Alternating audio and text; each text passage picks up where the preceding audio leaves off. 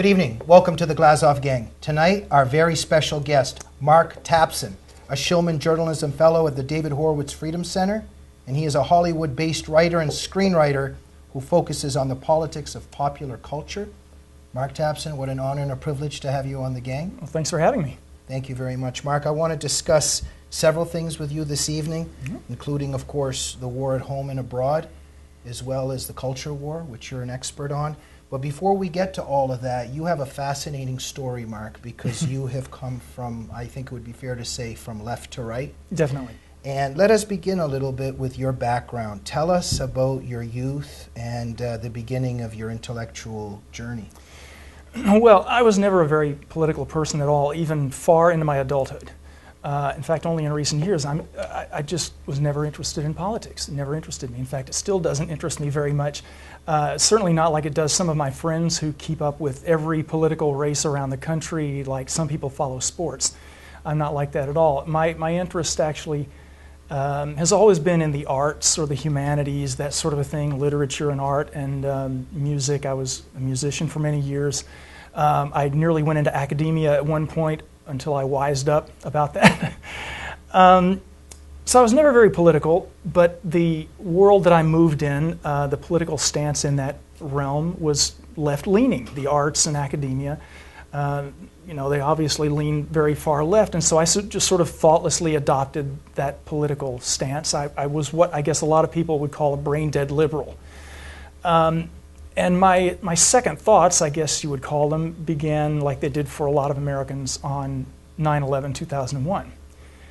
But even then, it was a slow process for me of converting. What really pushed me in the other direction from left to right was in late 2004, I went to work as the researcher and writer's assistant for the screenwriter on an ABC Disney miniseries called The Path to 9/11. The Path to 9/11 was a miniseries based on the 9/11 Commission report and some other sources, and it basically covered from the 1993 World Trade Center bombing through the 90s, through the terrorist attacks on American interests through the 90s, all the way to the attacks on the morning of 9/11. And for that project, I really dove deep into researching things that I knew nothing about or very little about. I did a lot of research into the ideology and the history of the Islamic threat, for example, which, like a lot of Americans, I had been clueless about before 9/11 and even after 9/11, but that really opened my eyes hugely. And then the miniseries itself proved to be so controversial because the left went out of its way. I mean, the left went above and beyond to try to censor this miniseries. In fact, they tried to get it from being aired at all, and they came very close to doing that. Can I interrupt for a second? Sure. The left, yes, but would it be fair to say, to the best of my memory, the Clintons?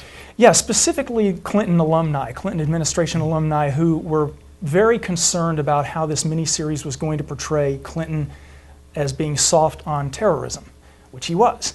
But the miniseries, the miniseries, as I mentioned, covered from 93 to 2001, all of that period for which Clinton was the president, except for the last 8 months or so.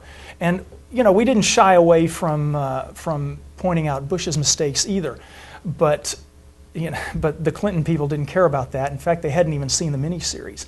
They just got word out that this was going to make his legacy look bad, so they pulled out all the stops to censor this thing. And in fact, it sort of worked. The miniseries did actually air on 9/11 and 9/12 of 2006. But it's never been seen since. They never aired it again, and there's no DVD available, and there won't be as long as... but the fact that happened did something to you psychologically? Yes, definitely. It really opened my eyes about the left because I saw how vicious and unfounded the attacks were on the filmmakers, including my close friend who was the screenwriter. And it just really opened my eyes to the realization that over the years where I had been focused on artistic pursuits and ignoring politics, the mainstream left that I thought I would have considered myself part of, the radical left was actually now the mainstream left. Mm-hmm. And so, the Islamic threat and their unholy alliance, as David Horowitz calls it, with the radical left at that point, that really opened my eyes enormously and pushed me completely into the conservative camp. Mark, when you went into the conservative camp and your eyes were opened, the left is very unforgiving. And I know a lot of leftists who they simply don't want to know the truth precisely because their politics is really a social life.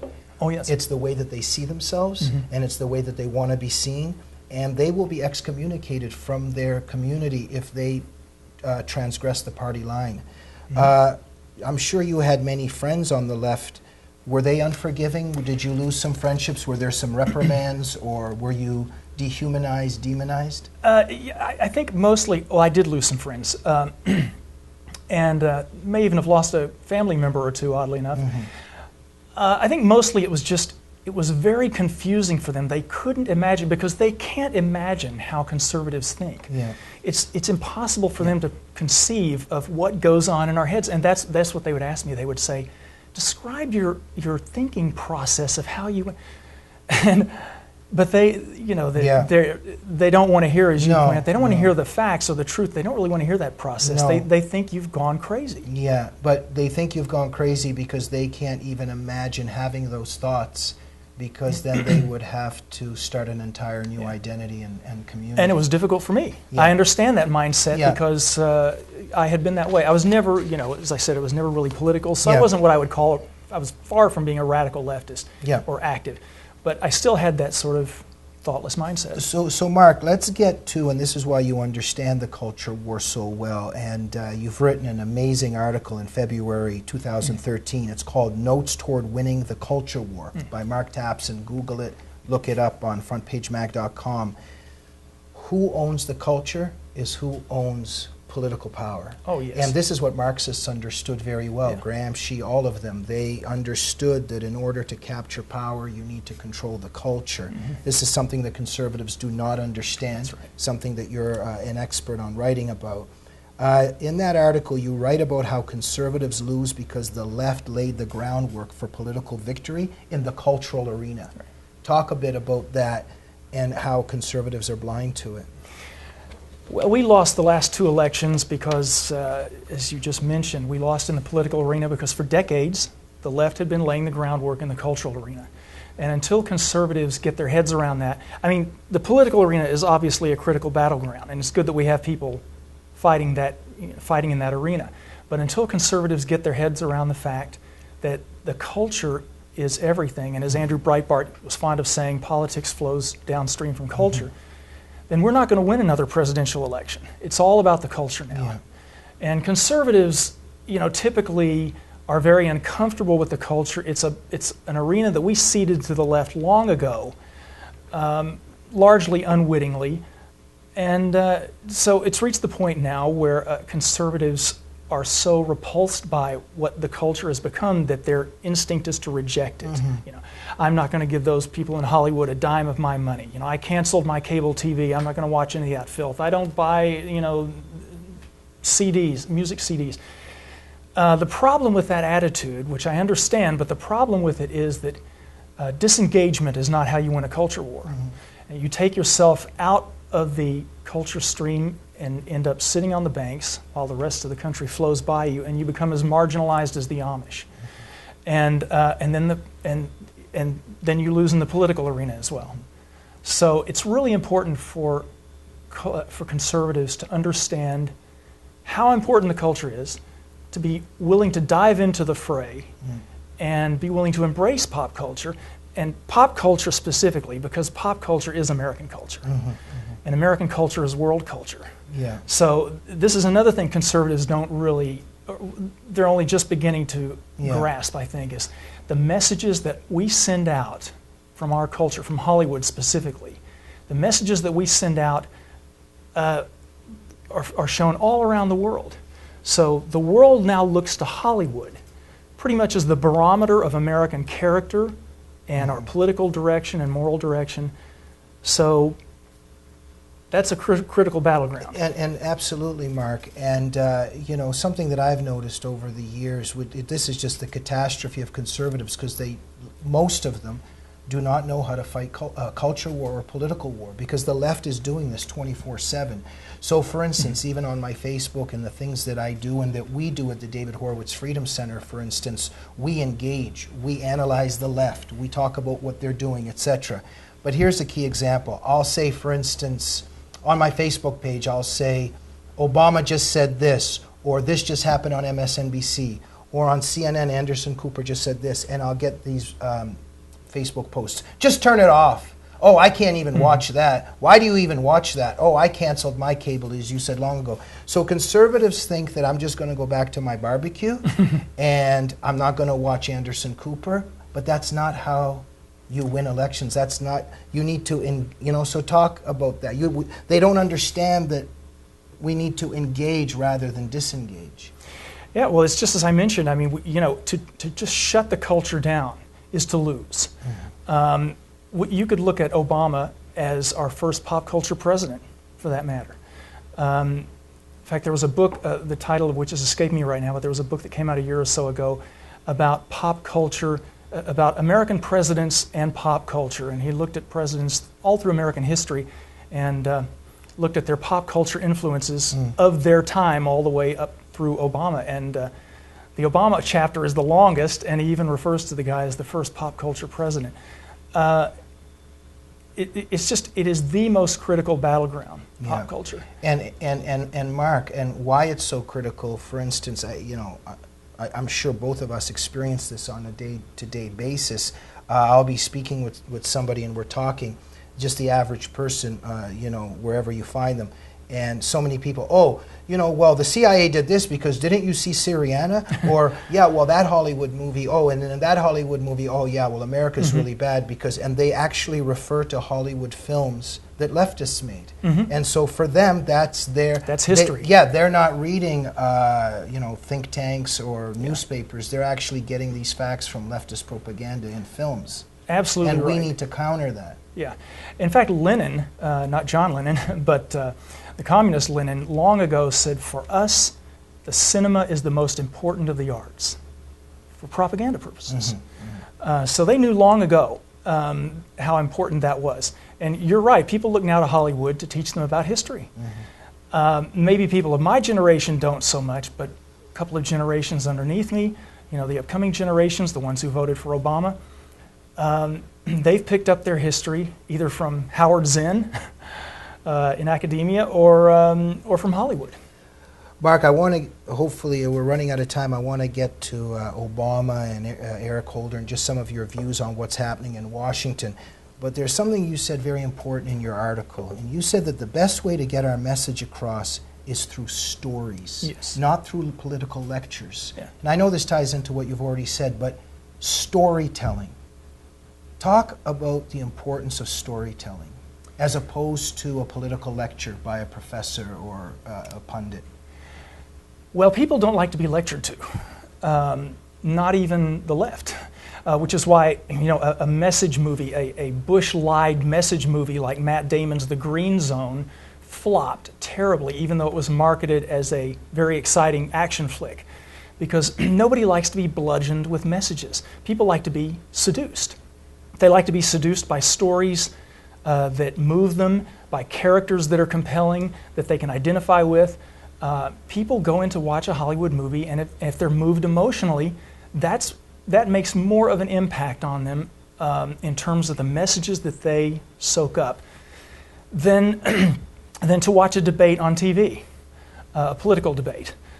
It just has a deeper, more powerful impact. And human beings are storytelling animals. We're hardwired to tell stories and to listen to them and to learn from them. So that's why Hollywood is so important for conservatives. We need people in there who are telling stories that can convey our values. Like Andrew Klavan, as you Andrew say. Klavan. Yeah.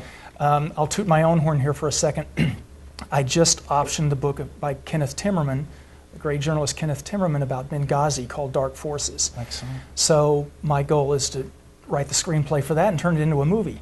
Now that is going to be a political movie. There's no getting around it. But through storytelling. But you don't have to hammer people with a lecture. You can just lay out the facts in a dramatic way and let people enjoy the story. Thank you. And Mark, and so one of the things you stress is we don't necessarily need more lectures or political pundits. We need talented filmmakers, television showrunners, screenwriters, songwriters, novelists. This is what conservatism needs. That's right.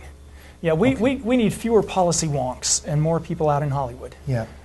We've got plenty of policy wonks. You know, we need artists. Yeah. Mark, thank you very much, Mark. We have about 2 minutes left. Okay.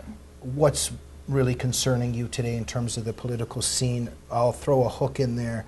Who is Obama and Holder? Who are these guys? They've taken over, and what do you see happening? Well, they're radical protégés of Alinsky, and they're carrying out their radical mission and succeeding quite well, I think. I just, you know, my biggest concern is that Obama still has 2 years left to wreak havoc, and I'm not optimistic about what things will look like at the end of 2 more years. And part of the reason that we're not optimistic is because the left has taken over the culture, and what's happening now is when jihad is attacking us, the left has framed the culture in such a way that we have to apologize. Oh, yes. So when jihad attacks, if we say anything, the way the left has built the culture is that we're hating Muslims. In fact, we're trying to point to the foundations of jihad. But because the left has framed it in such a way, we can't label the enemy. Yeah, in fact, the Muslim Brotherhood, through its legacy groups in America like CARE, they have a group that's working in Hollywood to screen Hollywood scripts and basically advise, quote unquote, writers and directors and producers in Hollywood about how to present Islam. So, you know, if you have Muslims or if you have terrorists or if you have Islam or Arabs in your movie, they encourage you to run your scripts by them so that they can help you correctly present these things. And what they're doing, of course, is whitewashing radical Islam. Exactly. Through Hollywood. So. And I would argue that where we have to change that paradigm is the people who tell the truth about Islam and Islamic jihad are actually the people that love Muslims, because Muslims are also the victims of Sharia and jihad. Exactly. Mark Tapson, it was an honor and a pleasure to have you here. It's my pleasure to be here. It's an honor to have you at the David Horowitz Freedom Center. Thank you for writing all your brilliant work for Front Page. It's my pleasure. I'm honored to be working for them. Okay, thank you very much. Thank you, my friend. Thank you, Mark. And good luck with everything you do and with the book on Benghazi, the novel on Benghazi. Thanks. And it's going to become a movie. That is my goal. Okay, good stuff.